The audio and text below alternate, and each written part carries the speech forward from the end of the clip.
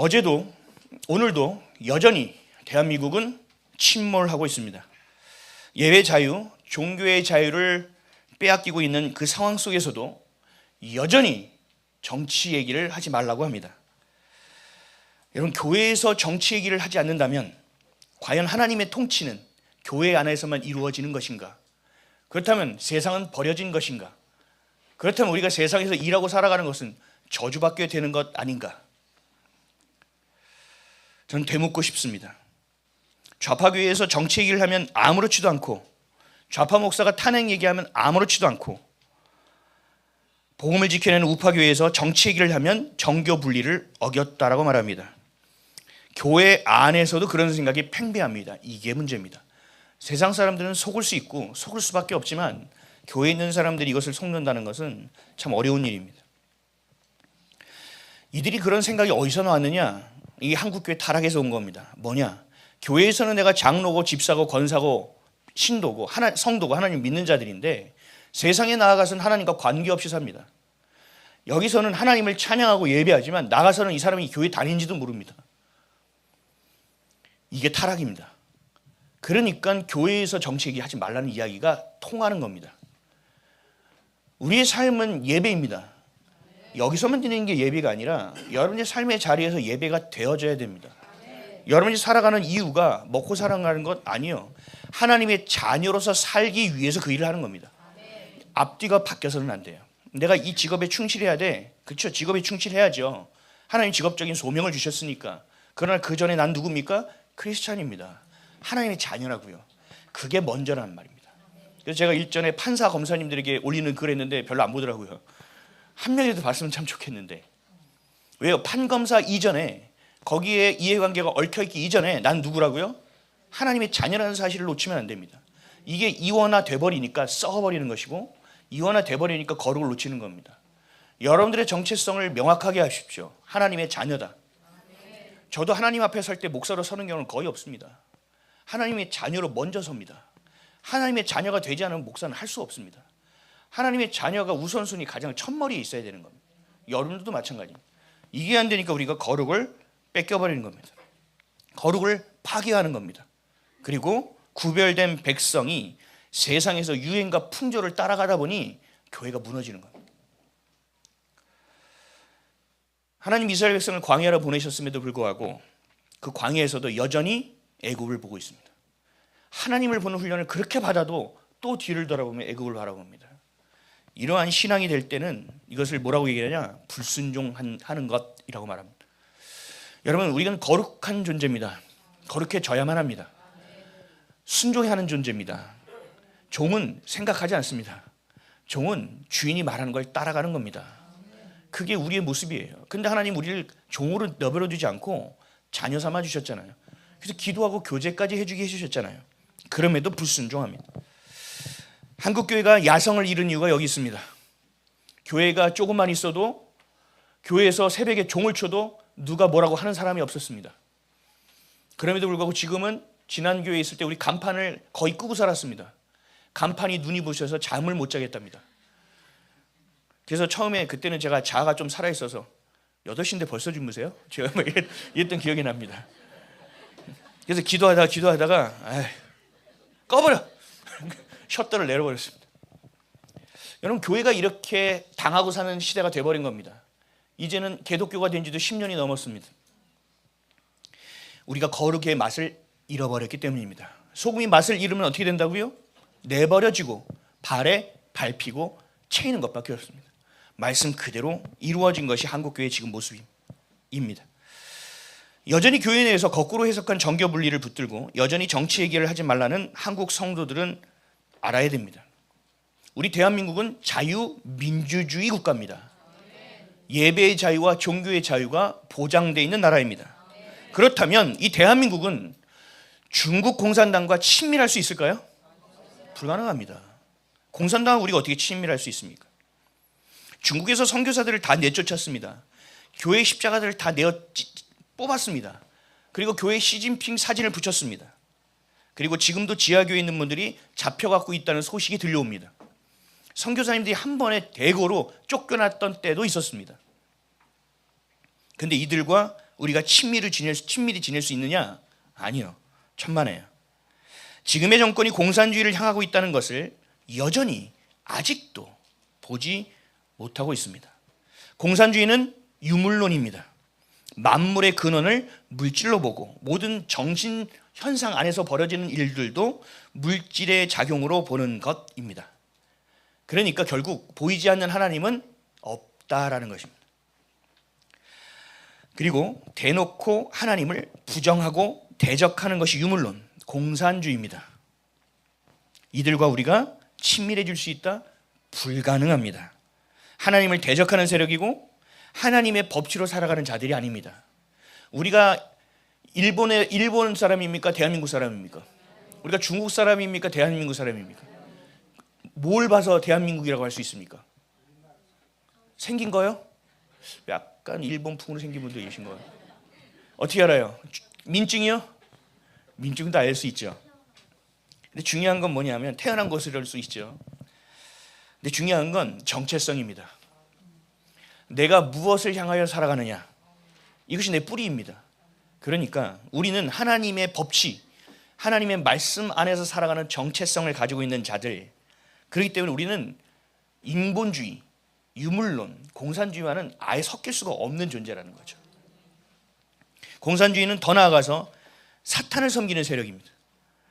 그들을 지지하고 있는 정당을 여전히 교회에서 지지하고 있다면, 여전히 목사들이 그 탄핵을 지지하고 있다면 본인 스스로가 하나님의 자녀인지 아니면 스스로가 제정신인지를 살펴보아야 할 것입니다. 여러분, 이란에서는 시민들이 지금 3만 명이 넘게 죽었다는 사망 보도가 있습니다. 심각합니다. 제가 뉴스보다 더 놀란 것은 저격수가 국민을 그 빨간 건가요? 파란 건가요? 해서 우리 애들 게임하는 거 헤드샷 한 방에 죽입니다. 국민들을. 군인들은 나라를 지키는 것이고 국민을 지켜야 하지만 국민들을 죽이고 있습니다. 미쳐 돌아가는 거죠. 국가라는 정권을 잡고 미쳐 돌아가는 것입니다. 근데 이렇게 미쳐 돌아가는 나라가 어디 있느냐? 이란, 중국, 베네수엘라, 러시아, 북한과 같은 나라입니다. 이들이 공통점은 뭐예요? 하나님을 거부하는 자들이고 공통점은 친중 정권입니다. 그런데 대한민국도 이들과 함께하고 있습니다. 이게 통탄할 일입니다. 지금 미국이 누구와 싸움을 벌이고 있습니까? 중국 공산당입니다. 친중 정권입니다. 자유민주주의를 우리가 함께 지켰음에도 불구하고 중국몽이라는 것을 꾸고 있습니다. 중국몽. 사대주의. 오랜 시간 동안 입법, 사법, 또 언론, 행정, 교육, 이 모든 인맥 안에서 카르텔을 이미 형성해 버렸고, 그리고 두 번째 탄핵까지 시키고 부정선거와 거짓 선동을 해서 이들이 진짜 내란 세력이고 그 내란을 함으로 인하여 정권을 바꿨습니다. 두 번이나. 그러니까 이들이 배는 게 없습니다. 이제 해보니까 되는 겁니다. 해보니까 이따가 영화 보시면 알겠지만 어처구니가 없습니다. 그 데이터를 보면. 근데 해보니까 돼. 속이니까 속아. 그러니까 그냥 질주하는 겁니다. 우리 아이들에게도 뮤직비디오나 음악, 영화 같은 것을 가르칩니다. 사타니즘, 사탄을 숭배하는 것, 기독교를 공격하는 세력들이 그 문화 안에서 어떻게 장난질을 치는지를 가르쳐 줍니다. 그래서 예전에 백워드 매스킹이라는 게 있었어요. 노래 가사가 있는데 노래 가사가 무슨 뜻인지를 잘 모르겠어. 막 반복해. 그런 곡은 거의 99%가 뭐냐? 거꾸로 돌리면 그것이 맞춰지게끔 하려고 그 가사를 만들어내는 겁니다. 그래서 그것을 거꾸로 돌려면 뭐냐? 예수 죽어 뭐 이런 내용이 나옵니다. 그리고 성적인 타락을 하라고 막 부추깁니다. 그것을 우리의 영에게 심고 있는 겁니다. 영 속으로. 근데 요즘은 어떤지 아세요? 요즘 그런 짓을 안 합니다. 그냥 합니다. 뮤직비디오, 여러분 미국의 뮤직비디오 보면 진짜 기절하실 겁니다. 기절. 제가 볼 때 한 6년 7년부터 전부터 그냥 다 얘기합니다. 적나라하게 뮤직비디오 다 보여줍니다. 우리나라 잘 나가는 K-팝 아이돌들도 그 뮤직비디오 보면 하나님을 조롱하는 내용이 반드시 들어갑니다. 요즘은 영화 등급위원회에서도 보면 동성애 코드가 들어가지 않으면 승인을 거의 안 해준다고 합니다. 이 정도로 우리가 다 빼앗겼다. 근데 해도 모르니까 그냥 밖으로 적나라하게 하는 겁니다. 똑같은 겁니다. 거짓말 하다가 다 넘어갔어? 그냥 밀어붙이는 겁니다. 폭주합니다. 결국은 국민을 개돼지로 여기는 일이 진짜 발생한 거죠. 그래서 계엄령을 선포한 겁니다. 국민이 사실을 정확하게 알고 깨어나지 않으면 대한민국은 무너질 수밖에 없다. 이것저것 다 해본 겁니다. 이것도 해보고 저것도 해보고 어떻게든 나라를 정상화시켜보려고 애썼는데 아무것도 할 수가 없는 상황이 된 겁니다. 결국은 그래서 계엄령을 발동한 겁니다. 몰아간 거죠. 절체절명의 마음으로 계엄을 선포한 겁니다. 이렇게 선포했죠. 북한 공산 세력으로부터 자유 대한민국을 수호하고 국민의 자유와 행복을 약탈하는 파렴치한 종북 반국가 세력들을 일거에 척결하기 위해 계엄을 선포한다. 하나님이 반드시 하나님을 대적하고 교회를 무너뜨리는 공산 세력을 척결하실 겁니다. 이처럼 우리 교회 안에서도 거룩한 바람이 불어야 됩니다. 고난과 핍박이 있더라도 우리 교회는 말씀을 지켜야 됩니다. 하나님의 것을 지켜야 됩니다. 그래서 다음 자녀 세대에게 반드시 보존된 말씀을 전수해야 됩니다.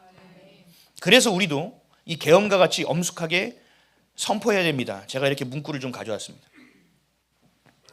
하나님의 나라와 교회를 수호하고 주의 자녀에게 주어진 예배의 자유와 거룩함을 약탈하는 파렴치한 정권과 스스로 공산주의의 하수인이 된 기독교 좌파 WCC, WEA, NCCK, 로잔운동을 하는 반성경적 세력들을 일거에 척결하기 위해 지금 이 시간 지엄하신 하나님의 심판이 임할 것을 선포한다. 하나님을 두려워할 줄 아는 자들은 속히 하나님께로 돌아오라. 여러분, 알곡과 가라지가 구별되는 시점이 있습니다. 지금 마지막 때 엔드타임이라고 합니다. 오로지 하나님의 말씀을 지켜내야 됩니다. 그러나 이것을 지켜내지 못하는 세력이 반드시 있겠죠. 그들이 바로 종교 통합 세력이고 혼합주의 세력입니다. 여러분, 이들을 하나님께서 제어해달라는 기도도 여러분 반드시 해야 됩니다. 교회가 무너져서 나라가 무너지는 거거든요. 교회의 거룩이 무너져서 그 댐이 무너지니 본물처럼 그 오물이 대한민국으로 흘러 넘치는 거거든요. 그러니까 교회가 먼저 새로워지는 것이 먼저라는 겁니다. 교회는 하나님을 가르쳐야 하는 곳입니다. 교회는 하나님이 누구인지를 알게 하는 것이고 죄를 경계할 수 있게 해주는 것이고 거룩함을 향하여 갈 수 있게 도와주는 것입니다. 그리고 유일하게 가정과 교회는 세상 유일하게 예배드리는 공간입니다. 근데 하나님을 대적하는 세력이 누구인지도 가르쳐야 됩니다. 지금 강력하게 하나님을 대적하는 세력이 누굽니까? 공산주의 유물론. 복음을 가르치는 것만큼 중요합니다. 여러분, 하나님을 알기 위해서 예배하고 성경을 보고 하지만 여러분, 사탄과 마귀가 누군지 모르시는 분 없잖아요. 마귀와 사탄에 대해서 우리가 집중을 하진 않지만 그들이 어떤 짓거리를 하는지, 그들이 우리를 어떻게 방해하는지, 그들로 인하여 우리가 어떻게 죄를 짓게 되는지는 우리가 알아야 된다는 얘기죠. 그 정도까지는 똑같습니다. 공산주의가 무엇인지도 알아야 됩니다. 유물론이 무엇인지도 어느 정도는 알고 있어야 됩니다. 그래야 싸울 수 있다는 거예요. 우리가 사탄과 마귀는 어떻게 해야 됩니까? 귀신은 잘 지내야 됩니까? 아니면 용돈 좀 줘가지고 다음에 올 때는 또 더 얘기해, 괴롭히지 말고, 이렇게 하면은 일이 해결이 될까요? 좀 내고를 좀 치면 될까요? 안 되죠. 사탄 마귀는 하나님이 어떻게 하라고 하셨습니까? 대적하라고 하셨습니다. 성경에서 그렇게 가르쳤잖아요. 우리도 마찬가지라는 거예요. 교회를 대적하는 세력들이 누구인지를 보고 그들을 대적해야 되는 겁니다. 교회에 침투한 것이 무엇인지를 모르는 겁니다. 교회에 들어와서 교회의 물을 흐리는 것이 어떤 존재인지도 모르는 겁니다. 그런데 어떻게 싸움을 하겠다는 얘기. 좌파들이요, 제가 3일 전인가 우리 교회 이름을 한번 검색해 봤어요. 어떻게 뜨나 봤더니 많이 뜨더라고요. 근데 그 가운데서 좌파 쪽으로 제가 이렇게 클릭해서 들어가 봤어요. 우리 교회를 공격하더라고요. 우리 극우교회입니다. 우리 교회. 제 인더바이블 교회 설교를 놓고 이렇게 설교하면 안 된다, 이게 극우다라고 해놓고 밑에 중도주의, 혼합주의 목사님 설교를 해놓고 이게 설교다, 이렇게 가르치고 있더라고요. 그래, 내가 교보제로 사용되었구나. 좌파들이 이렇게 얘기하더라고요. 그 글귀에 뭐라고 써 있냐면 교회 내에 공산주의를 선호하는 기독교인은 없다. 윤석열을 지지하지 않으면 우리를 좌파로 정죄한다. 이들이 극우다 라고 얘기합니다. 어떻게 들으면 좀 그런가? 라고 싶기도 하죠. 이런 프레임으로 우리 애국자들을 극우로 부르는 겁니다. 이건 거짓 선동이죠. 실제로 기독교 안에서 공산주의를 선호하는 사람들은요, 천지빼깔입니다. 없는 게 아니라 수두룩합니다. 민중신학이라는 것에 목매어서 자신이 원하는 하나님을 금송아지로 만들고 하나님인 것처럼 했던 이스라엘 백성들처럼 민중신학이라는 것, 우리 해방자로 오신 분, 가난한 자들로 오신 예수님, 자신의 생각과 프레임으로 걸어서 한 그 예수님을 송아지, 금송아지처럼 여기고 섬기고 있는 자들, 이 자들이 천지빼깔이라고요.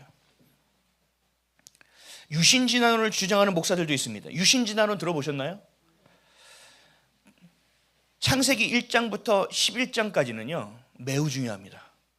여러분들이 창세기 1장에서 11장까지 이해하지 못하면, 그 안에서 하나님께서 주신 창조의 의도를 모르시면 성경을 못 읽습니다.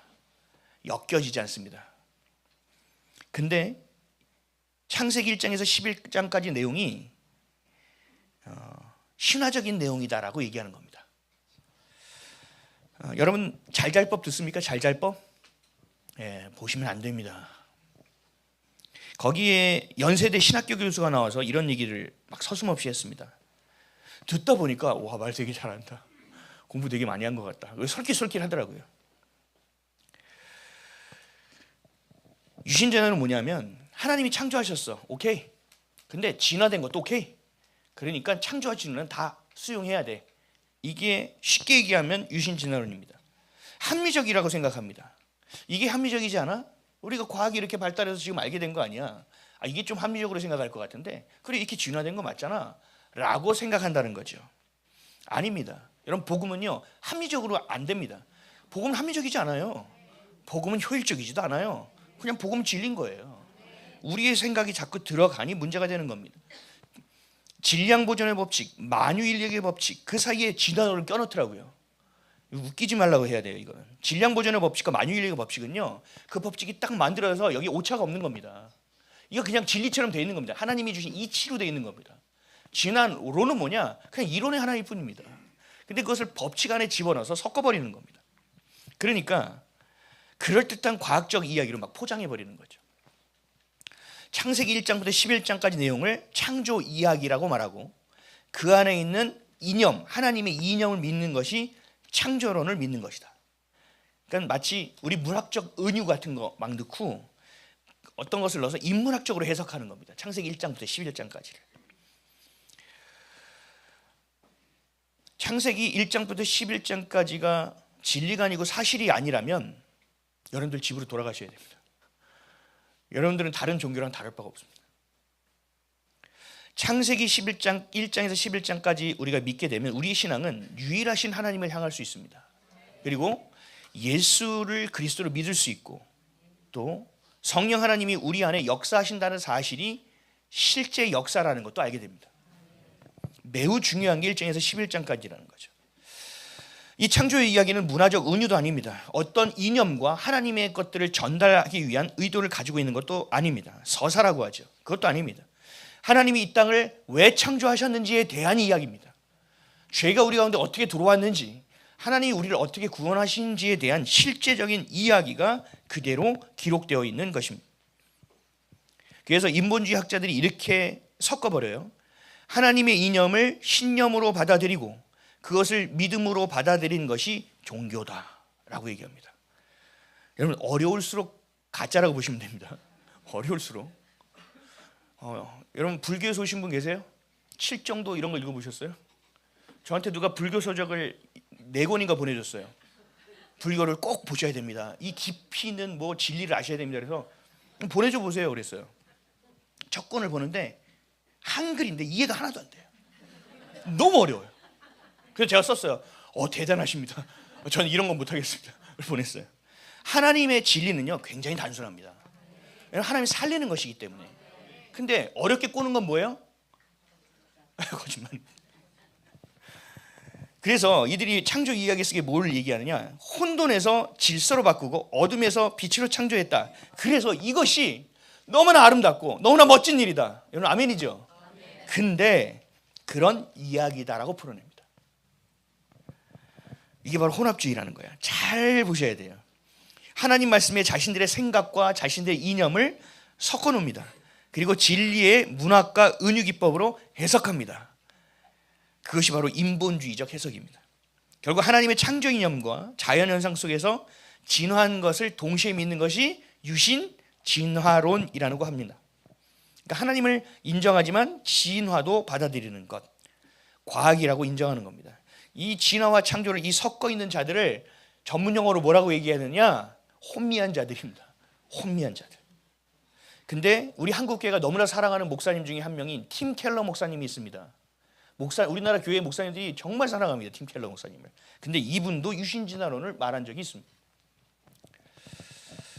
우리는 창세기부터 요한계시록까지를 다 진리라고 믿습니다. 특히 창세기 1장에서 11장까지를 믿지 않게 되면 성경을 부분적으로 믿게 됩니다. 전체를 믿을 수가 없습니다. 그러니 부분적으로 믿게 되니 결국 어디로 빨려 들어가느냐? 인본주의에 빨려 들어가게 됩니다. 말씀을 진리로 믿지 않게 될 때 뭐가 생기냐? 혼미함이 시작되는 겁니다. 그리고 내 생각이 섞인 부분적 진리를 통해 미혹함이 우리 안에 들어옵니다. 마치 모기가 우리의 피를 빨아먹으려면 빨대를 꽂아야 되듯이 부분적 진리를 우리에게 던져줘서 오 하는 순간, 문이 열리는 순간 비진리를 쏟아놓습니다. 결국 모든 것이 하나님의 진리 안에 우리가 있지 않으면 결국은 혼미함이 시작될 수밖에 없다는 것. 그렇기 때문에 우리는 뭘 배격해야 되느냐? 혼합주의를 배격해야 됩니다. 종교 통합을 반대해야 됩니다. WCC, WA, NCK 로잔 운동에서 나와야 됩니다. 어떤 분들은 여기 안에서 이들을 변화시키려고 하는 분들이 있는데 착각하면 안 됩니다. 하나님 분명히 사귀지 말라고 했습니다. 내 안에 혼합되어 있는 것들을 성령님께서 가르쳐 주실 때가 있습니다. 저도 혼합된 것이 있겠죠. 여러분들도 다 완전하진 않겠죠. 우리 안에 섞인 게 있단 말이죠. 그런데 우리가 기도하고 말씀을 볼 때 성령님께서 깨닫게 해주시는 게 있어요. 그것을 하나씩 분리해 나가는 겁니다. 그걸 전용어로 뭐라고 했느냐? 성화라고 하는 겁니다. 우리 안에 어둠이 들어온 것들을 분리해내는 겁니다. 찾아서. 그리고 도려내는 것입니다. 찢어내는 겁니다. 무너뜨려내는 겁니다. 여러분 이게 신앙생활이에요. 그냥 종교적으로 와서 예배하고 뭐 하고 눈물 흘리니 좀 마음이 시원하고 뭐 이 정도 수준은요 저기 절에 가서 해도 됩니다. 우리에게 뭐냐? 하나님의 말씀이 우리 안에 진리가 되어져야 되고 우리가 점점 매일을 살아갈수록 하나님과 가까워져야 되고 하나님의 성품을 닮아가는 자들로 변화되어지지 않으면 여러분 이건 기독교가 아니라는 겁니다. 근데 좋은 것으로 포장해버립니다. 그러니까 기독교 좌파라는 것이 생기는 거예요. 공산주의를 분별해내지 못해요. 포장해버리니까 혼미해지고 또 거짓 선동에 엮여져서 하나님께 버림받을 것이라는 것도 알지 못합니다. 우리 교회 댓글에 이런 걸 많이 했어요. 야 그러면 그렇게 내가 공산주의자는 구원 못 받냐? 좌파는 구원 못 받냐? 이런 비아냥이 되게 많아요. 네, 어려울 것 같습니다. 쉽지 않을 것 같은데요. 왜요? 좌파라는 것은 뭐냐? 하나님의 진리가 이미 무너져 있다는 얘기예요. 이미 예수만이 그리스도라는 성경적 공식이 우리 안에 없다라는 얘기예요. 이미 혼미해져 있다는 뜻이에요. 물론 하나님께서 하시면 되겠지만 그 상태로는 물론 제가 구원을 뭐 얘기할 수 있는 자리에 있지 않고 그것도 알지 못하지만 심각하게 고려해야 됩니다. 고린도후서 10장 4절에서 5절 말씀 한번 볼까요? 읽겠습니다. 시작.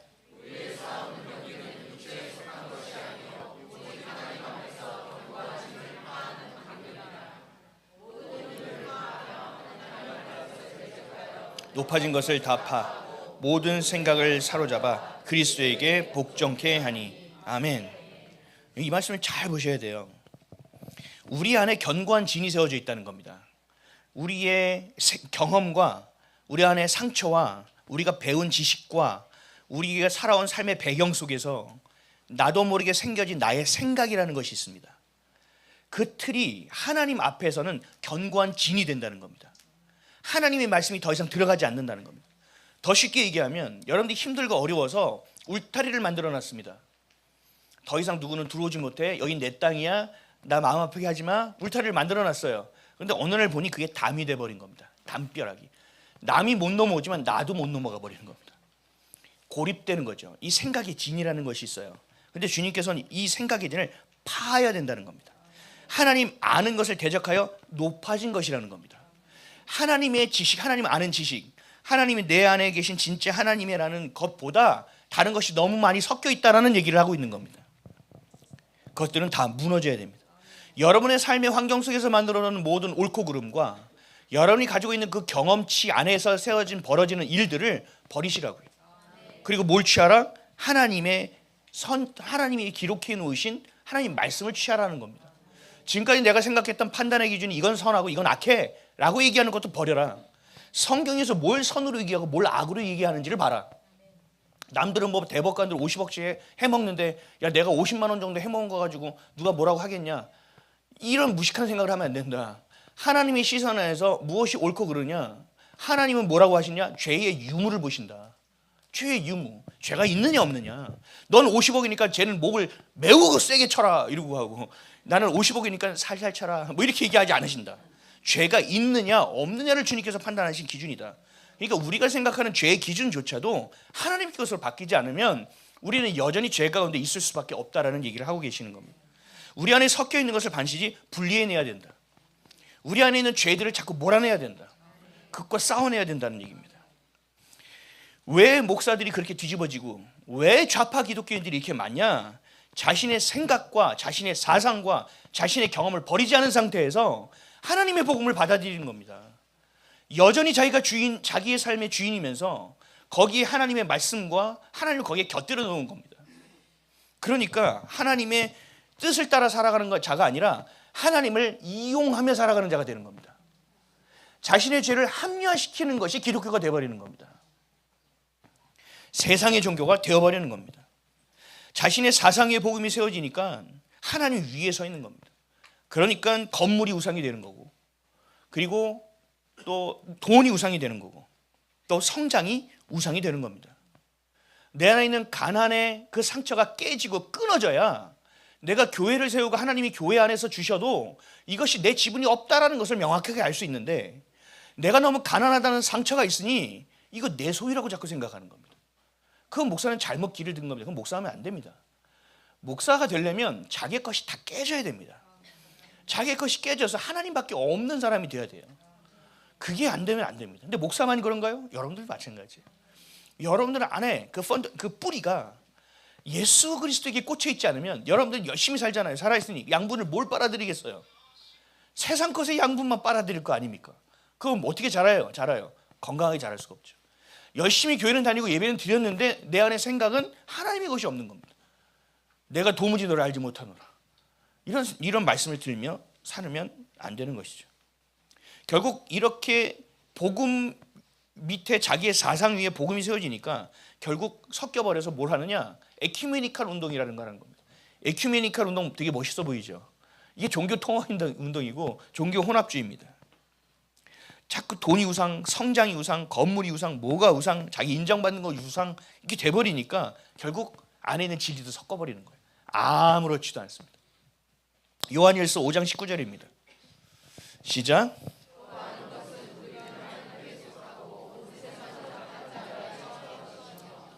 아멘. 양다리를 걸칠 수 없다는 얘기입니다. 영적인 것에는 회색지대가 없어요. 정치적 중도도 없어요. 정치적 중도라고 얘기하는 사람들 제가 얘기했죠. 다 가짜라고. 빛과 어둠, 옳고 그름, 하나님과 사탄. 여러분 선택해야 돼요. 하나님께 속할 것인지 세상에 속할 것인지 선택해야 된다니까요. 근데 이게 섞이게 되는 순간부터 어떻게 되느냐? 혼미해지기 시작하니까 하나님을 대적하고 배도하게 되는 짓을 본인이 하면서도 잘 모릅니다. 결국은 죽음을 향하여 살아가게 되는 거죠. 이렇게 탄생한 것이 바로 WCC, WA, NCK, 로잔 운동과 같은 것입니다. 그렇게 해서 그들로 인하여 생기는 열매가 뭐냐? 동성애, 페미니즘, 그리고 문화적으로 하나님을 대적하는 공산주의, 네오막시즘 이런 것들이 우리 안에 열매로 세워지게 되는 겁니다. 여러분 인간의 성은 몇 가지가 있습니까? 두 가지밖에 없죠. 또 있습니까? 네. 어떤 애들은 그러더라고요. 오늘은 내가 여자 하면 여탕이도 들어갈 수 있대요. 그래서 들어가고 싶냐?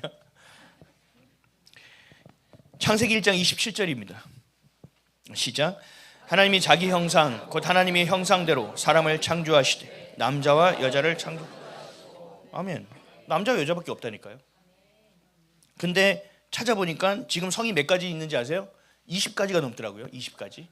제가 출력해서 읽다가 구분이 잘 안 돼가지고 그냥 개수만 가지고 들어왔어요. 20가지가 넘는다. 우리가 성을 임의로 선택한다?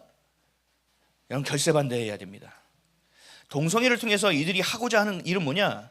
가장 교회의 기초가 되는, 하나님과의 관계의 기초가 되는 가정을 깨는 겁니다. 가정을 파괴하고 가정을 해체하기 위한 것입니다. 계급 투쟁을 하다 안 되니까 이제 문화적 투쟁으로 가는 겁니다. 해체주의로 가는 겁니다.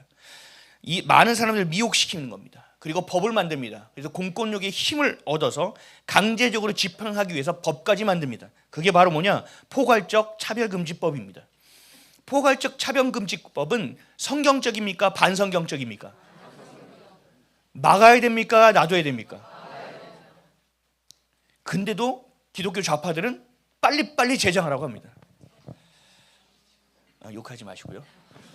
네. 동성애자들에게 여러분 죄가 무엇인지를 가르쳐줘야 돼요. 하나님의 질서를 알려줘야 돼요. 근데 좌파계들은 뭐하냐? 무조건적으로 포용해야 된다, 안아줘야 된다. 아닙니다. 동성애자들은 구원받을 수 없다는 사실을 알려줘야 됩니다. 그들을 인정하고 함께 살아가는 것이 아니라 구원받을 수 있는 방법을 알려줘야 됩니다. 도와줘야 됩니다. 가르쳐야 됩니다. 근데 동성애를 지지하는 정신나간 이 좌파 목사와 교회들이 이렇게 말해요. 예수님은 차별과 혐오를 가르치지 않았다. 예수님은 모두를 사랑하셨다. 그런가요? 고린도전서 6장 9절에서 10절입니다. 시작.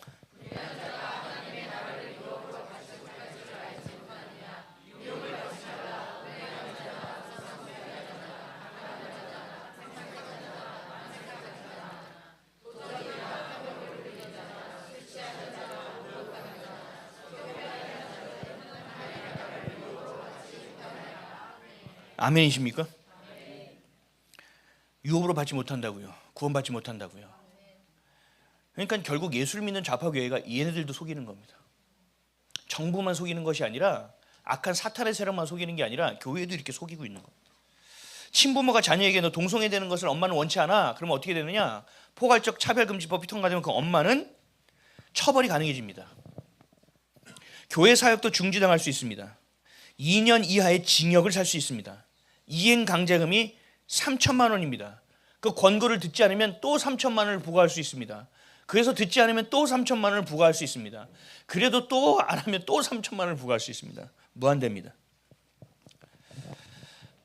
근데 신기한 것은 뭐냐면 이 차별금지법을 제정하려는 사람들, 그리고 또 그 차별금지법을 제정하는 사람들하고 이 동성애를 지지하는 사람들이요 똑같은 목소리를 냅니다. 윤석열 탄핵. 신기하지 않습니까? 그러니까 진보 세력이라고 하는 것들, 좌파 정치인들이 얼마나 성실하게 한 편을 먹고 밀어당기는지를 알 수 있습니다. 최근 정보통신망법을 개정해서 반성경적 행위에 대한 말을 하면 처벌되는 내용을 위반했습니다. 그러니까 성경에 대한 얘기하다가 걸리면 안 된다 이거죠. 또 민법을 일부 개정했습니다. 비영리 법인이 헌법상 원칙을 위반하여 선거, 특히 정당 또는 후원 활동을 강요할 경우 해산할 수 있다. 이게 바로 교회 해체법입니다. 잘못한 사람만 처벌하는 게 아니고 단체를 없애버리겠다고 하는 겁니다. 비영리 법인, 이건 뭘 얘기하냐? 교회를 얘기하는 겁니다. 교회 6만 개 정도 됩니다. 그래서 우리가 사무연회를 통해서 우리 교회는 정관을 개정했습니다. 교회 안에서도 교회 목적을 바꿔버렸습니다. 하나를 더 추가했습니다. 이 나라에 대한 이야기를 할 수 있다 라는 것을 넣어버렸습니다. 그리고 니네가 뺏어갈 수 있다며 오케이.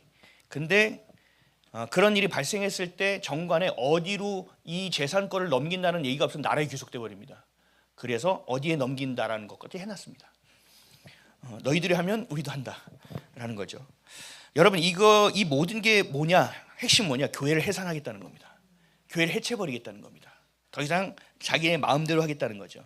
근데 그 교회가 다 모든 교회가 아닙니다. 알곡된 교회입니다.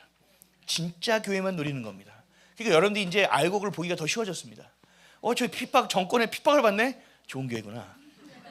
근데 여기서 끝나면 안 돼요. WCC, WACK, 로잔이 들어가 있는데도 한 번 더 봐야 돼요. 이들은 거짓 선동과 부정선거, 각종 공작으로 탄핵을 2번이나 했습니다. 기사가 등등해요. 국회의 폭주 열차는 계속 달립니다. 절벽을 향해서 악법들을 매일처럼 쏟아내고 있습니다. 여러분 반대 그 국회 동의 이런 거 누르시죠? 여러분 열심히 누르십시오. 그거라도 해야 되지 않겠습니까 우리가? 근데 이제는 정치를 감추지도 않아요. 왜 이들이 자신들의 정체를 감추지 않느냐? 시편 36편 1절입니다. 시작.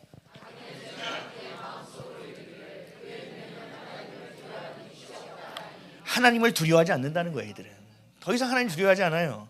이건 군사 정권에서도 교회 건드렸나요? 아니요. 교회가 알아서 갖다 바치긴 했으나 건드리지 않았어요. 지금껏 교회를 이처럼 탄압했던 역사가 없다고요. 시편 53편 1절입니다. 시작.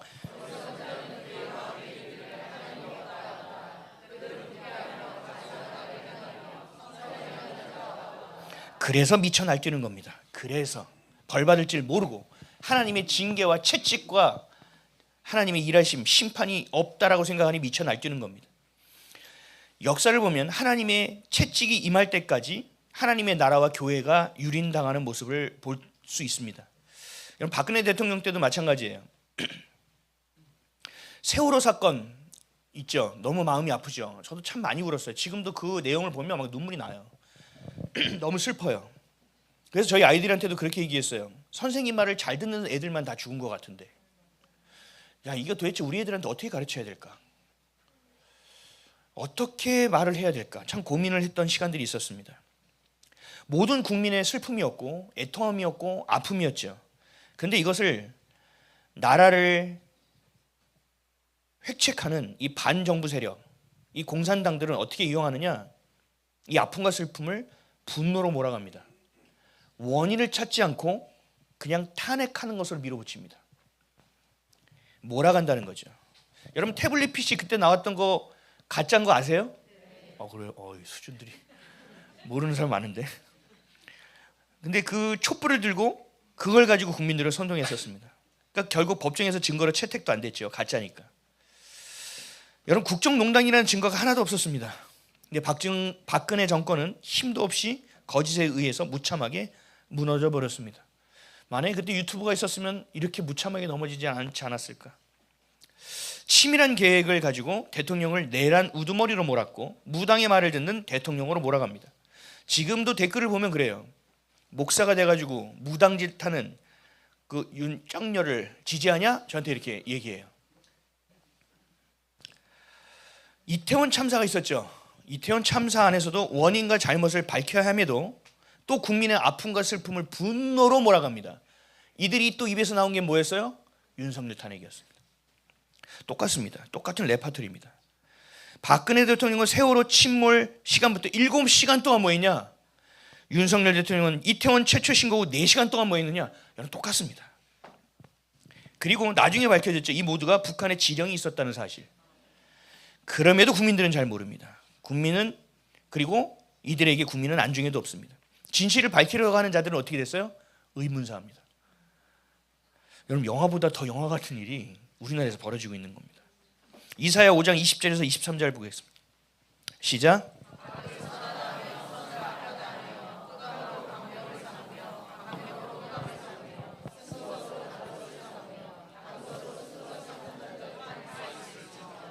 스스로 지혜롭다 하며 스스로 명철하다는 자들은 화 있을진저, 포도주를 마시기에 용감하며 독주를 잘 비는 자들은 화 있을진저, 그들은 뇌물로 말미암아 악인을 의롭다 하고 의인에게서 그 공의를 빼앗는도다. 아멘. 이런 일이 우리나라에서 벌어지고 있는 겁니다. 사법부는 선량한 국민에게 징역을 선고하고 악을 선하다 하고 선을 악하다 하는 일을 서슴없이 벌이고 있습니다. 사법부가 좌경화되었다는 것을 국민들에게 여실히 보여주는 일들이 계속되고 있습니다. 국민 주권인 투표를 관할하고 지켜내야 하는 선관위는 엉터리로 운영되고 해킹되고 있다는 것도 나중에 밝혀졌죠. 그러나 부정선거는 있을 수 없다라고만 말합니다. 이들은 그럴 수 있죠. 근데 교회가 똑같다는 게 심각한 겁니다. 진리를 선포해야 하는 교회가 세상의 눈치를 봅니다. 하나님이 공의를 선포하고 그 공의를 지켜내야 할 교회가 정권의 눈치를 봅니다. 좌경화된 세력이 간첩처럼 곳곳에서 곰팡이처럼 퍼져나가서 나라를 지키려고 계엄령을 했던 것을 내란이라고 거짓 선동하는 것처럼 많은 목사님들이 교회에서 목사님들이 추출당했습니다. 이 내용은 여러분들 잘 모르시죠? 교회에서 여러 가지 일이 있어서 담임 목사 교체 건들이 많이 있었습니다. 근데 그게요, 우파 목사에서 좌파 목사로 거의 다 바뀐 일입니다. 어떤 목사님이 어떤 성적인 일을 했죠. 물론 비스무리한 일을 했을 수도 있어요. 그런 일에 덫에 걸렸을 수도 있어요. 잘못했죠. 근데 그 다음에 오는 목사를 보면 좌파입니다. 무조건. 여러분 그거는 모르셨죠? 여러분 곳곳에 간첩이 곰팡이처럼 퍼져 있습니다. 교회도 그렇게 획책해서 몰아가고 있다는 거죠. 그러다 보니 교회가 어떻게 하느냐, 움츠러들기 시작하는 겁니다. 몸을 사리기 시작하는 겁니다. 교회를 지켜내려고 하는 겁니다. 아니요, 잘못했죠. 교회를 지키는 것이 아니라 말씀을 지켜야죠.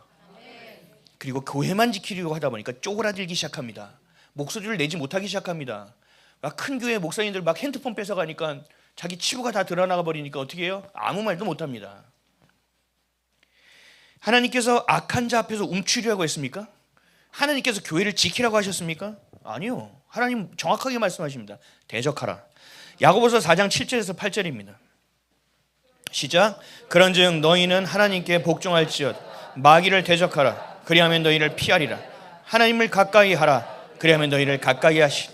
죄인들아 손을 깨끗이 하라. 두 마음을 품은 자들아 마음을 성결하게. 아멘. 7절 한번 다시 띄워주실래요? 그런즉 너희는 하나님께 복종할지어다. 마귀를 대적하라. 여기 뭐가 있어요? 세상 권력이 아닌 하나님께 복종하라는 얘기입니다. 세상이 네가 가지고 있는 너의 물질을 지키기 위한 것이 아니라 그냥 하나님께 복종하라는 얘기입니다. 그리고 8절에 하나님을 가까이 하라는 겁니다. 이게 우리가 해야 될 일이라는 거죠. 지금 우리가 교회를 어떻게 지켜내야 되느냐? 우리 건물을 지키고 뭐 말하지 않고 뭐 아니요, 그게 아닙니다. 우린 철저히 세상에서 하나님의 공의에 대한 저촉되는 부분이 있으면 목소리를 내야 되는 겁니다. 그리고 기도해야 되는 것이죠. 근데 교회가 이렇게 조용한 게 참 하여튼 그렇습니다. 옛날에는 뭐 미스바 기도 운동해서 어디로 모여라 막 이런 거 있었잖아요. 하나님의 공의, 그 진리, 그 사랑을 왜곡시키고 변질시키는 그 교회에 있는 사람들, 외부에만 적이 있는 것이 아니라 교회 내에 적이 있다고요. 그들을 하나님의 것들을 미혹시키고 세뇌시키는 그 세력들이 있단 말이에요. 그들과 맞서 싸워야 된다는 것입니다. 제가 교회 가서 담임 목사님한테 물어봐라, 얘기하라 그래서 몇 분이 저한테 연락했어요. 더 충격을 받았다고. 잘됐다. 그게 은혜다. 이제 수준을 알았으면 본인이 결정하라. 하나님이 여기 머물러서 계속 기도하게 하시면 그렇게 해라. 그러나 하나님께서 옮기라고 하면 찾아라. 그래서 그 마음 있는 사람들과 함께 기도하라. 이런 교회가 무너지니까 나라가 무너지는 겁니다. 싸울 야성이 없습니다. 어떻게 싸워야 될지도 모릅니다. 하나님의 임재가 없으니 당할 수밖에 없죠. 성전이 무너지니 하나님의 영광을 경험할 수 없게 됐죠. 그러니까 지금 위기의 대한민국, 침몰하는 대한민국을 만나게 될 수밖에 없는 겁니다. 여기 앞에 서 있는 저 또한 정교 분리에 참 오랫동안 속았습니다. 정치에 무관심했습니다. 신경 쓰지 않았습니다. 그래서 여기까지 온 겁니다. 우리 사랑하는 성도 여러분, 공산주의는 하나님을 대적하는 사상입니다. 그들은 오랜 시간 동안 투쟁해온 계급주의를 버리고 네오마크시즘, 문화적으로 침투해서 모든 영역을 야금야금 먹으면서 영토를 늘려오기 시작했습니다. 그래서 지금에 이르렀습니다. 하나님 없이도 살 수 있다는 것이 인본주의입니다. 인본주의를 영어로 하면 뭐예요? 휴머니즘. 좋아 보이죠? 아니라고요. 하나님 중심입니다. 우리 인본주의가 아니라 신본주의입니다. 인간은 완전할 수 없기 때문에 하나님을 향해야 됨에도 불구하고 인간은 완전할 수 있어서 하나님은 빠져라. 하나님 없이 우리끼리 유토피아를 만들 수 있다라고 얘기하는 것이 공산주의입니다. 그러니까 좌파 교회, 공산주의, 방향과 결은 똑같습니다. 교회 속에 침투해온 공산주의, 민중신앙, 교회 안으로 스며들은 인본주의, 종교 통합, 에큐메니컬, 혼합주의, 방향과 결이 모두 똑같습니다. 하나님 반대 방향입니다. 하나님을 대적하는 자들입니다. 우리는 하나님만이 우리의 왕이심을 믿는 자들입니다. 하나님의 말씀이 진리라는 것을 믿습니다. 이 법치 안에서 살아가는 겁니다. 하나님의 말씀과 율례와 규례를 따라 살아가기를 원하는 자들이 하나님의 자녀, 그 신본주의자, 성도라는 겁니다. 믿음을 붙든 하나님의 자녀들이 살아가는 삶의 방향입니다. 이것이 우리의 삶의 결입니다. 하나님이 악한 자들에게 또 우리에게 이렇게 말씀합니다. 오늘 본문이에요. 좀 길지만 함께 좀 읽어보겠습니다. 시작.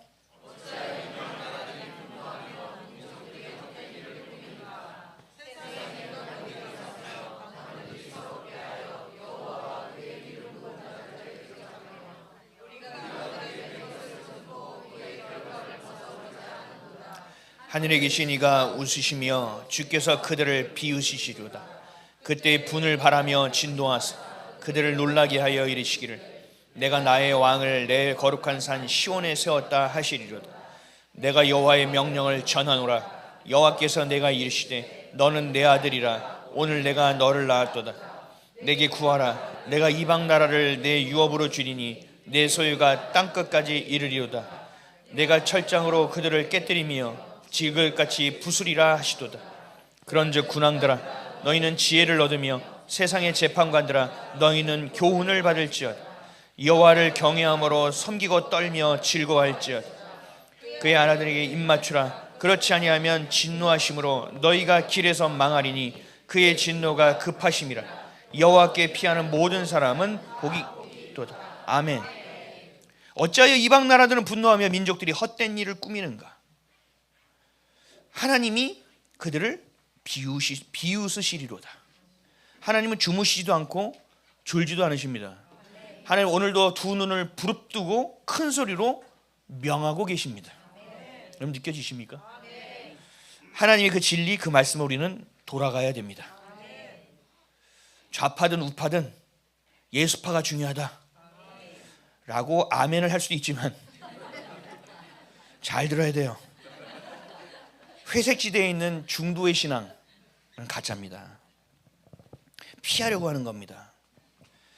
보수의 가치는 어디서 나왔다고요? 성경입니다. 보수주의는 성경의 정체성을 가지고 있다고요. 우리가 막 우우우 해서 우하려고 하는 게 아니라 성경이 그 방향을 가르치고 있다고요. 그래서 거기를 가는 겁니다. 근데 예수파, 예수의 방향 그러면 어디예요? 똑같은 방향이잖아요. 무슨 소리를 하고 있냐는 거죠. 자기중심적 신앙, 합리주의적 신앙, 기회주의적 신앙, 교회와 세상에서의 삶이 다른 신앙, 여러분 이거는 정말로 여러분 회개하셔야 돼요. 이것 때문에 한국교회가 여기까지 왔다고요. 하나님의 가치는 무엇인가? 하나님의 진리는 무엇인가? 하나님께 우리에게 진리를 왜 주셨는가? 하나님은 왜 여전히 우리와 함께하고 계시는가?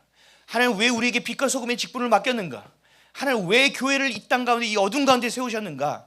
라는 깊이 있는 고민을 여러분들이 하셔야 된다고요. 여러분의 자리에서. 그럴 때 하나님께서 분명히 여러분들의 어떻게 살아가야 될지, 어떻게 적용되어야 될지를 말씀해 주실 것입니다. 여러분의 생각으로 판단하지 마십시오. 좀 내려놓으십시오. 버리십시오. 하나님의 뜻이 무엇인지, 우리가 어디를 향하고 있는지를 날마다 점검하십시오.